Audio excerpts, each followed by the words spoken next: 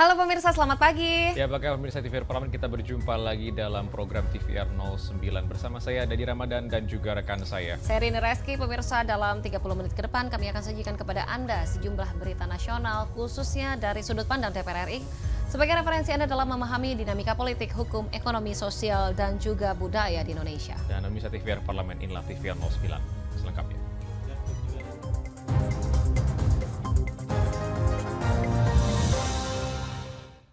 Dari hasil temuan lapangan, Komisi 5 DPR RI mendesak revitalisasi akses menuju Pelabuhan Merak yang sangat sempit dan menyebabkan kemacetan panjang. Selain itu, pergerakan di Pelabuhan Merak sudah sangat tinggi sehingga perlu dibuatkan dermaga baru. Dari hasil temuan lapangan, Komisi 5 DPR RI mendesak revitalisasi akses menuju Pelabuhan Merak yang sangat sempit dan menyebabkan kemacetan panjang. Ketua Komisi 5 DPR RI Lasarus mengungkapkan banyaknya permukiman penduduk yang mulai merambah ke badan jalan menyebabkan penyempitan jalan menuju Pelabuhan Merak. Selain itu, pergerakan di Pelabuhan Merak sudah sangat tinggi sehingga perlu dibuatkan dermaga baru. Memang kita temukan beberapa hal ya, terutama jalan yang sangat menyempit mendekati ke Pelabuhan Merak itu. Ini juga ada banyak bangunan-bangunan penduduk sudah sampai ke badan jalan. Itu PR utama yang kami akan bawa ke komisi supaya nanti di situ bisa kita buat space yang lebih lebar dan membuat kemudahan untuk melakukan orang keluar masuk dari Merak. Kemudian diperlukan terminal barang. Itu salah satu permintaan tadi dari sana supaya nanti ada tempat penyaringan barang sebelum naik ke kapal. Sekarang belum ada. Kemudian ada rencana penambahan 2 lagi pelabuhan dermaga. Tapi ini miliknya Pelindo. Ya, ini tanahnya Pelindo. Tapi nanti akan kita koordinasikan juga dengan pihak Pelindo supaya itu boleh dibangun, tinggal nanti ASDP dengan Pelindo kerjasama seperti apa supaya kebutuhan akan dermaga yang sekarang sangat kurang di Merak itu bisa diatasi. Selanjutnya, Lasarus mengatakan temuan terkait Pelabuhan Merak akan segera dibahas dalam rapat Komisi 5 dengan Kementerian PUPR dan PT ASDP Indonesia Ferry, serta mengundang Pelindo terkait pembangunan dermaga, agar pembangunan dan perbaikan di Pelabuhan Merak dapat segera dilakukan. Dari Banten, Akbar Prayoga, TVR Parlemen, melaporkan. Pemirsa, sebagai evaluasi pelayanan arus mudik dan juga arus balik 2024, tentunya di sini Komisi 5 DPR RI menekankan pentingnya rehabilitasi fasilitas jalan dan juga transportasi umum untuk meningkatkan keamanan dan juga kenyamanan pengguna. Sebagai evaluasi pelayanan arus mudik dan balik 2024, Komisi 5 DPR RI menekankan pentingnya rehabilitasi fasilitas jalan dan transportasi umum untuk meningkatkan keamanan dan kenyamanan pengguna. Setelah menyampaikan apresiasi atas upaya Kementerian PUPR dan operator jalan tol dalam mengantisipasi kepadatan lalu lintas, Wakil Ketua Komisi 5 DPR RI Muhammad Iqbal menekankan pemerintah dan Badan Usaha Jalan Tol segera melakukan peningkatan dan merehabilitasi fasilitas jalan tol yang rusak.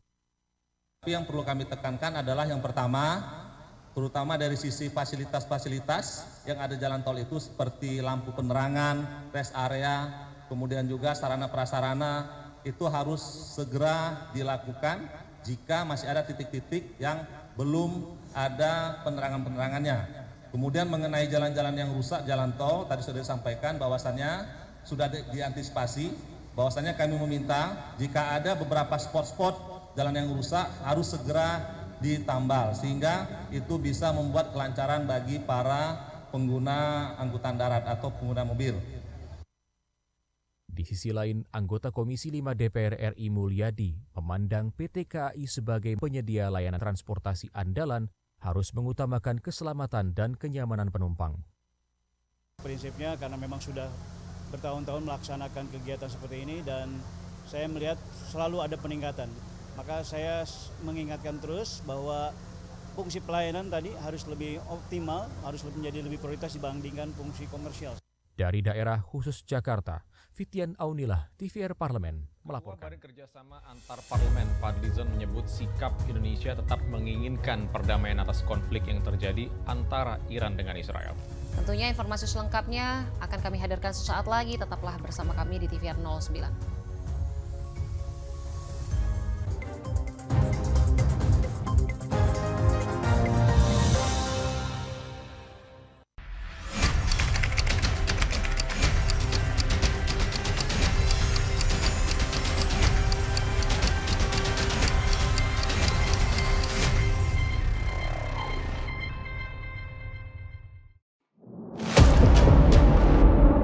sini ditambang. Konflik yang terjadi, Warga sini tidak mengizinkan. masalah yang tersisihkan menjadi kesenjangan sosial. Ya namanya rakyat kecil gak bisa apa-apa, mau komplain juga gak didengar. Sebab apa? Itu menyangkut isi perut kami semua. Bagaimana memutus keterbatasan untuk didengar? Jadi kalau misalnya masyarakat sudah merasa tidak lagi ada yang memperjuangkan aspirasinya, maka masyarakat memang sangat berhak untuk meminta dewan yang mewakili mereka di parlemen. Kami menyusuri batas-batas peristiwa, mengurai berbagai polemik yang terjadi, meluruhkan suara-suara marginal, menjadi nyata dalam setiap aspirasi, melaksanakan tugasnya sebagai wakil rakyat. Saksikan Aksi Dewan setiap hari Senin dan Rabu pukul 10.30 waktu Indonesia Barat hanya di TVR Parlemen.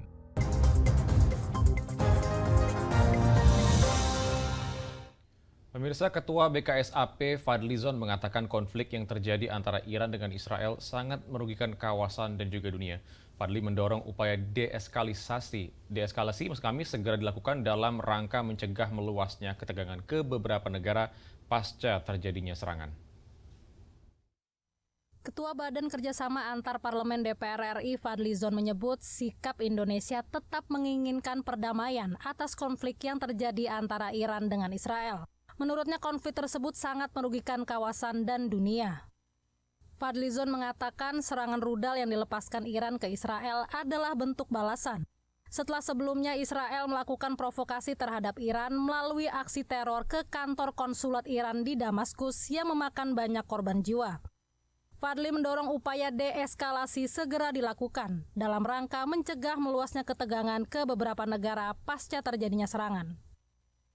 Karena ini bisa meningkatkan eskalasi, ya kita tahu bahwa yang memprovokasi ini adalah Israel yang waktu itu melakukan tindakan secara sepihak yang mengakibatkan cukup banyak korban jiwa di konsulat besar Iran di Damaskus, sehingga kita melihat apa yang terjadi sekarang ini adalah sebuah proses retaliation atau pembalasan yang dilakukan oleh Iran. Nah, jadi menurut saya kita ada dalam posisi menginginkan adanya perdamaian, deeskalasi gitu ya, de-escalation, sehingga tidak menciptakan satu konflik yang lebih meluas dan perang yang lebih besar di kawasan yang melibatkan lebih banyak negara.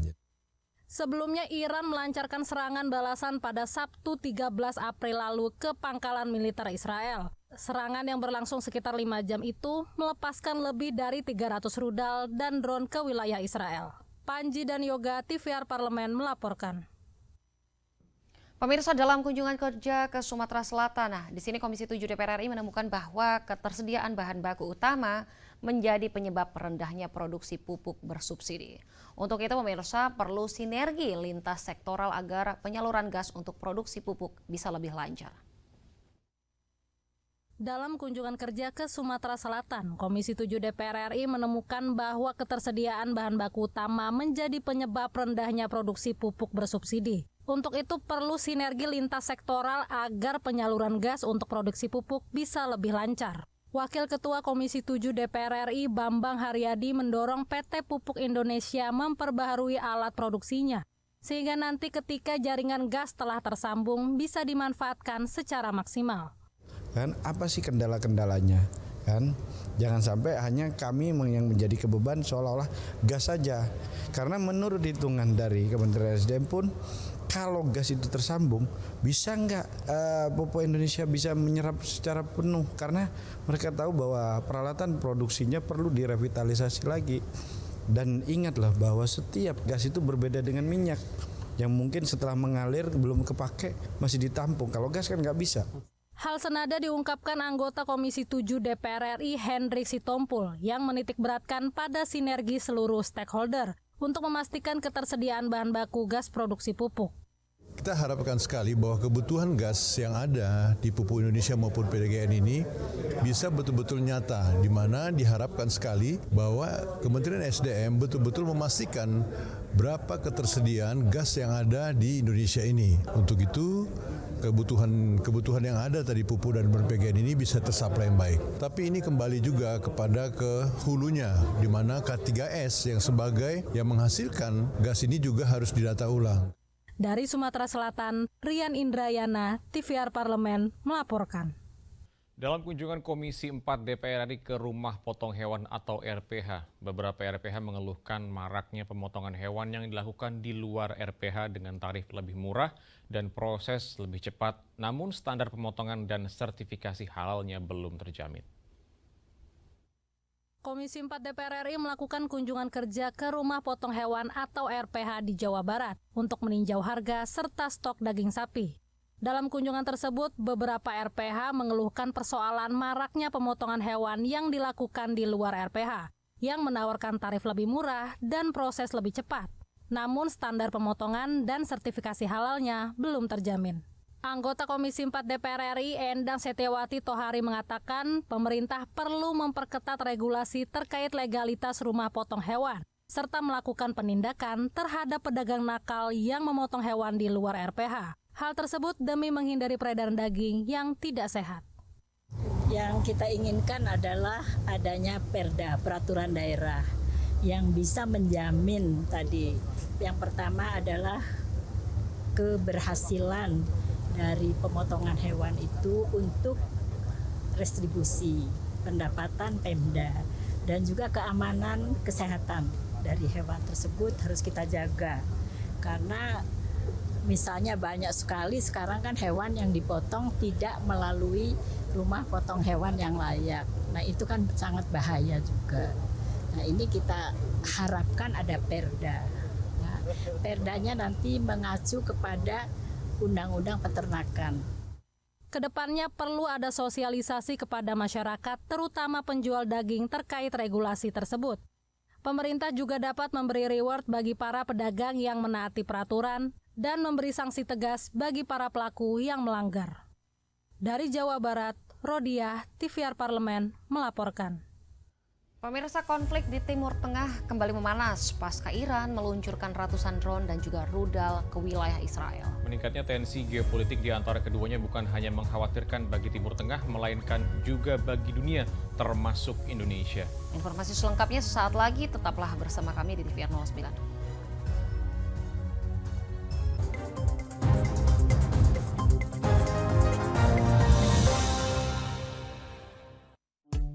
DPR RI memiliki fungsi diplomasi dalam menjalankan politik luar negeri sesuai dengan pasal 116 Undang-Undang MD3. Kontribusi aktif BKSAP DPR RI memainkan peranan penting dalam memenangkan persaingan global melalui IPU, IPA, IPPF, IPA, dan PUIK. BKSAP memiliki komitmen yang tinggi dalam krisis kemanusiaan dunia. Fungsi diplomasi dijalankan untuk mendukung upaya pemerintah dalam melaksanakan politik luar negeri. Sini ditambang. Konflik yang terjadi. Sini tidak mengizinkan. Masalah yang tersisihkan menjadi kesenjangan sosial. Ya namanya rakyat kecil gak bisa apa-apa, mau komplain juga gak didengar. Sebab apa? Itu menyangkut isi perut kami semua. Bagaimana memutus keterbatasan untuk didengar? Jadi kalau misalnya masyarakat sudah merasa tidak lagi ada yang memperjuangkan aspirasinya, maka masyarakat memang sangat berhak untuk meminta dewan yang mewakili mereka di parlemen. Kami menyusuri batas-batas peristiwa, mengurai berbagai polemik yang terjadi, meluruhkan suara-suara marginal, menjadi nyata dalam setiap aspirasi, melaksanakan tugasnya sebagai wakil rakyat. Saksikan Aksi Dewan setiap hari Senin dan Rabu pukul 10.30 waktu Indonesia Barat, hanya di TVR Parlemen.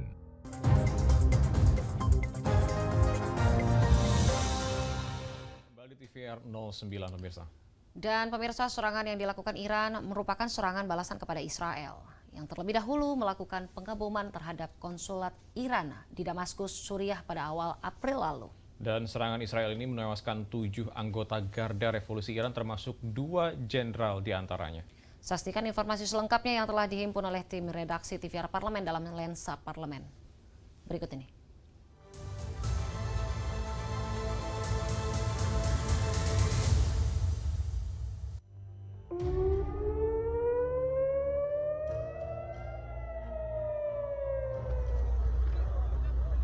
Konflik di Timur Tengah kembali memanas. Pasca Iran meluncurkan ratusan drone dan rudal ke wilayah Israel. Meningkatnya tensi geopolitik di antara keduanya bukan hanya mengkhawatirkan bagi Timur Tengah, melainkan juga bagi dunia, termasuk Indonesia. Serangan ini merupakan serangan balasan kepada Israel yang terlebih dahulu melakukan pengeboman terhadap konsulat Iran di Damaskus, Suriah pada awal April lalu. Serangan Israel ini menewaskan 7 anggota Garda Revolusi Iran, termasuk 2 jenderal di antaranya. Panglima Korps Garda Revolusi Iran bersumpah akan membalas serangan Israel, disusul kecaman ribuan warga Iran terhadap Israel dan Amerika Serikat. Berbagai serangan ini tidak bisa dilepaskan dari konflik Israel dan Palestina. Iran menyebut serangan ke pangkalan udara dan markas intelijen Israel merupakan wujud perlawanan terhadap genosida Israel terhadap Palestina di jalur Gaza. DPR RI yang terus aktif menyuarakan kemerdekaan Palestina berharap tensi tidak terus memanas dan serangan tidak dieskalasi. Pasalnya, perang tidak akan menyelesaikan konflik dan hanya akan menjatuhkan korban jiwa. Indonesia, baik pemerintah maupun parlemen, mendesak berbagai permasalahan ini diselesaikan secara diplomatis, terutama penyelesaian konflik Israel-Palestina melalui two-state solution. Solusi 2 negara, negara Palestina, negara Israel, dengan perbatasan hasil perang tahun 1967, itu solusi yang paling ideal. Ketika ini tidak segera terjadi, konflik dengan eskalasi yang sangat intens seperti hari ini yang ada di Gaza, itu punya kecenderungan untuk menarik negara-negara lain di dalam konflik yang lebih besar. Hingga kini, serangan Iran belum direspon Israel. Meski begitu, dampak nyata sudah dirasakan dunia, mulai dari melonjaknya harga minyak dunia serta anjloknya nilai tukar beberapa mata uang. Untuk itu, pemerintah harus menyiapkan berbagai upaya mitigasi. Pasalnya, harga BBM dan pangan berpotensi menjadi tidak menentu. Ketersediaan stoknya pun kian rancu. Untuk itu, pemerintah perlu menyusun cara jitu untuk menjaga inflasi, daya beli masyarakat, dan pertumbuhan ekonomi terus melaju.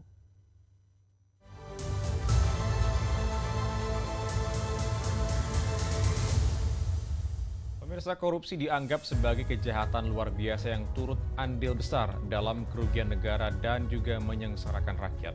Di tengah maraknya korupsi di berbagai negara dan juga berdasarkan indeks persepsi korupsi yang digunakan untuk mengukur tingkat korupsi sebuah negara, pemirsa, tentunya terdapat beberapa negara bebas korupsi yang selalu menempati posisi pertama. Dan negara mana saja yang menempati posisi tersebut? Jangan kemana-mana, tetaplah bersama kami di TV 09.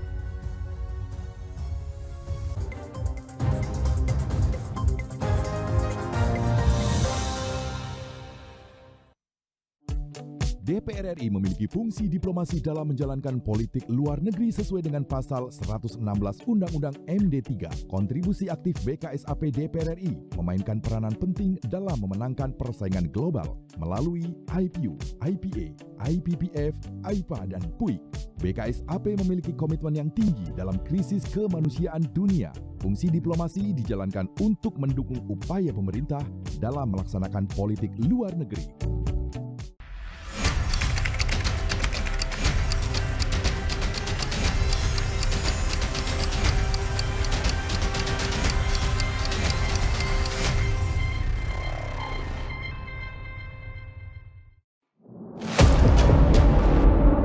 Sini ditambang. Konflik yang terjadi. Warga sini tidak mengizinkan. Masalah yang tersisihkan menjadi kesenjangan sosial. Ya namanya rakyat kecil gak bisa apa-apa, mau komplain juga gak didengar. Sebab apa? Itu menyangkut isi perut kami semua. Bagaimana memutus keterbatasan untuk didengar? Jadi kalau misalnya masyarakat sudah merasa tidak lagi ada yang memperjuangkan aspirasinya, maka masyarakat memang sangat berhak untuk meminta dewan yang mewakili mereka di parlemen. Kami menyusuri batas-batas peristiwa, mengurai berbagai polemik yang terjadi, meluruskan suara-suara marginal, menjadi nyata dalam setiap aspirasi. melaksanakan tugasnya sebagai wakil rakyat. Saksikan Aksi Dewan setiap hari Senin dan Rabu pukul 10.30 waktu Indonesia Barat hanya di TVR Parlemen.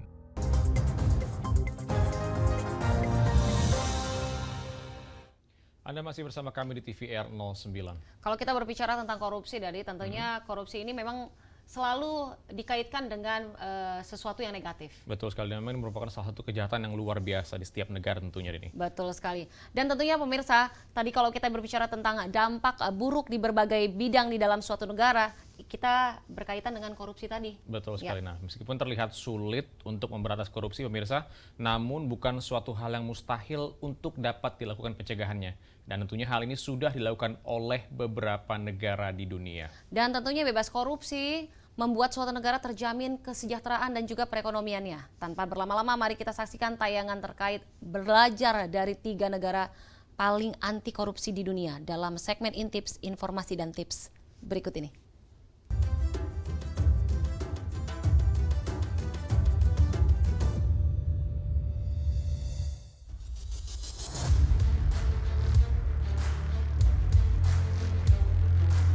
Kemakmuran di sebuah negara dapat terwujud jika korupsi yang perlahan menggerus kesejahteraan rakyat bisa dihapuskan. Terdengar klise?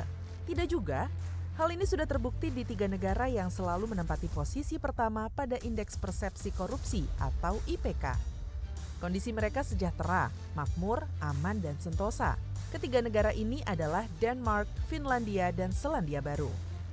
Indeks Persepsi Korupsi atau IPK setiap tahunnya dikeluarkan oleh Lembaga Transparansi Internasional untuk mengukur tingkat korupsi sebuah negara. Skala yang digunakan adalah skor dari 100 yang artinya bersih dari korupsi, hingga 0 yang berarti sangat korupsi. Beberapa indikator perhitungan skor yang kredibel menjadikan IPK sebagai basis pengukuran tingkat korupsi terpercaya di seluruh dunia. Mari kita bahas ketiga negara yang selalu langganan di ranking 1 anti korupsi ini. Posisi Denmark hampir tidak pernah bergeser di ranking pertama IPK setiap tahunnya. Di negara Skandinavia ini, korupsi seakan menjadi kata yang asing. Bisnis di Denmark bisa berjalan dengan mulus tanpa hambatan korupsi, suap, ataupun pemerasan. Undang-undang kriminal Denmark soal larangan menerima suap dan jenis korupsi lainnya benar-benar bekerja dengan baik dan dipatuhi. Tidak hanya untuk pegawai pemerintah atau penyelenggara negara, penyuapan juga dilarang di Denmark untuk perusahaan swasta dan pegawai negeri asing. Hasilnya bisa ditebak, Denmark menjadi salah satu negara yang paling makmur. Kesenjangan pendapatan di Denmark adalah salah satu yang paling kecil di dunia. Tingkat pengangguran juga sangat kecil dan mendapatkan pekerjaan di Denmark juga sangat mudah. Fasilitas kesehatan di negara berpenduduk 5,8 juta orang ini gratis berkat pengelolaan pajak penghasilan yang baik oleh pemerintah. Hal ini juga terjadi berkat sinergi antar pemerintah pusat, Copenhagen, dan pemerintah daerah. Pemerintah pusat membuat regulasi kesehatan dan alokasi dana. Kemudian daerah menerapkannya dengan layanan kesehatan yang baik tanpa korupsi. Pendidikan di Denmark juga gratis untuk penduduk dan warga pendatang dari negara Uni Eropa.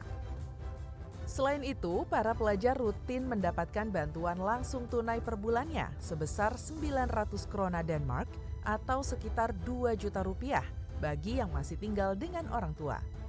Dan 5.486 krona Denmark atau sekitar 12 juta rupiah bagi pelajar yang tinggal jauh dari orang tua.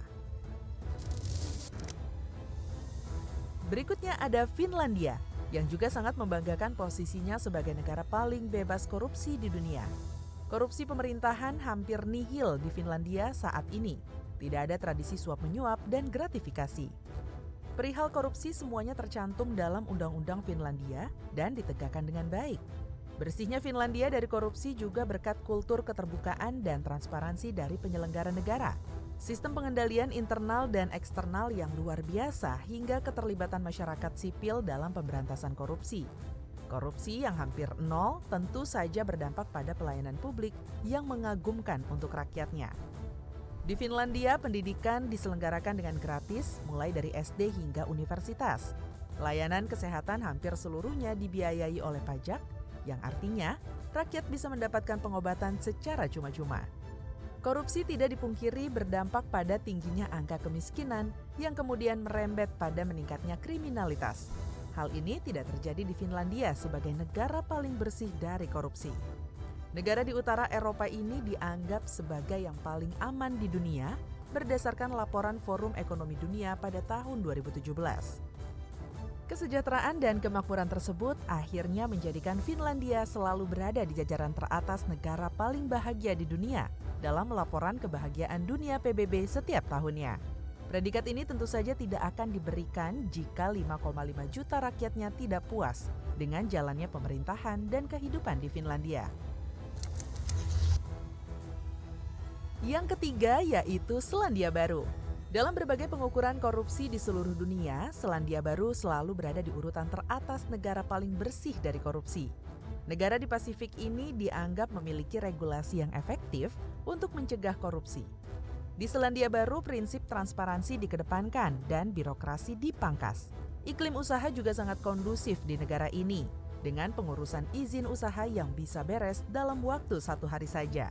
Selandia Baru juga sukses menegakkan hukum anti korupsi yang memiliki ancaman penjara hingga 14 tahun. Pejabat publik dilarang menerima gratifikasi yang semuanya diterapkan dengan ketat di seluruh jajaran pemerintahan. Kondisi ini memungkinkan Selandia Baru memiliki pelayanan kesehatan yang baik. Standar dan pelayanan kesehatan Selandia Baru sangat tinggi dan seluruh biayanya disubsidi pemerintah alias gratis. Biaya hidup di Selandia Baru juga sangat rendah, namun kualitas hidup mereka justru tinggi. Selandia Baru juga menempati ranking 10 untuk pendidikan terbaik di dunia, berdasarkan World Population View. Sistem pendidikan di negeri Kiwi ini dianggap salah satu yang terbaik di dunia dan tentu saja biaya pendidikan gratis untuk seluruh penduduknya. Indeks Perdamaian Global 2021 menempatkan Selandia Baru sebagai negara paling aman kedua di dunia setelah Islandia. Jadi, di negara ini biasa saja meninggalkan rumah atau kendaraan dalam keadaan tidak terkunci. Tingkat keamanan hidup di negara ini dianggap semakin bertambah usai Perdana Menteri Jacinda Ardern menerapkan aturan ketat soal kepemilikan senjata api setelah penembakan di Masjid Christchurch oleh teroris sayap kanan yang menewaskan 51 orang. Lalu bagaimana dengan Indonesia? Indonesia pada IPK menempati ranking 96 bersama dengan Brazil, Lesotho, dan Turki dari 180 negara di dunia. Skor Indonesia yaitu 38, naik 1 poin dibanding tahun sebelumnya. Tentu saja ini bukanlah suatu hal yang membanggakan. Masih saja kita melihat berita-berita para koruptor tertangkap seakan tidak ada habisnya.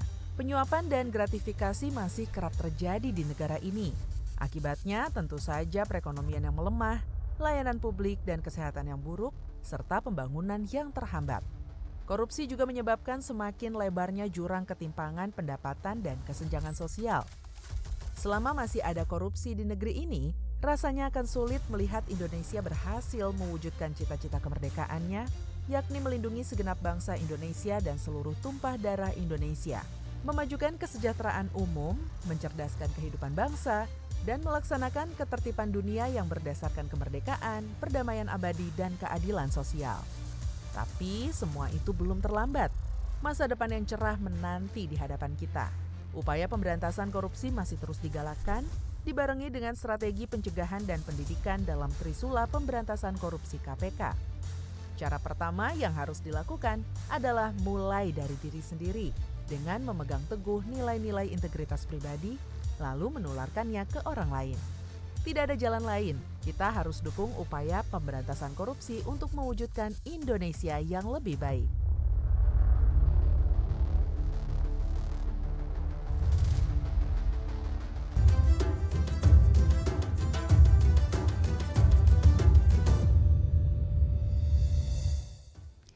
Informasi tadi sekaligus menutup jumpa kita pagi ini dan juga di penghujung acara kami informasikan kepada Anda bahwa saat ini DPR RI sedang memasuki masa reses di mana seluruh anggota Dewan kembali ke daerah pemilihannya masing-masing untuk melaksanakan fungsi representasi DPR, menyerap dan juga menindaklanjuti dan memberikan pertanggungjawaban kepada konstituen di daerah pemilihannya. Namun sejumlah agenda serta program DPR RI lainnya masih dapat Anda saksikan secara langsung di TVR Parlemen melalui kanal utama, kanal komisi, dan juga kanal alat kelengkapan dewan lainnya yang dapat Anda akses di tvr.dpr.go.id.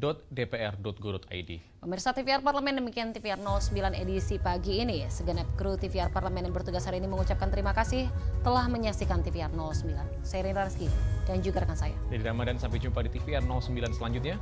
TVR Parlemen, referensi Indonesia.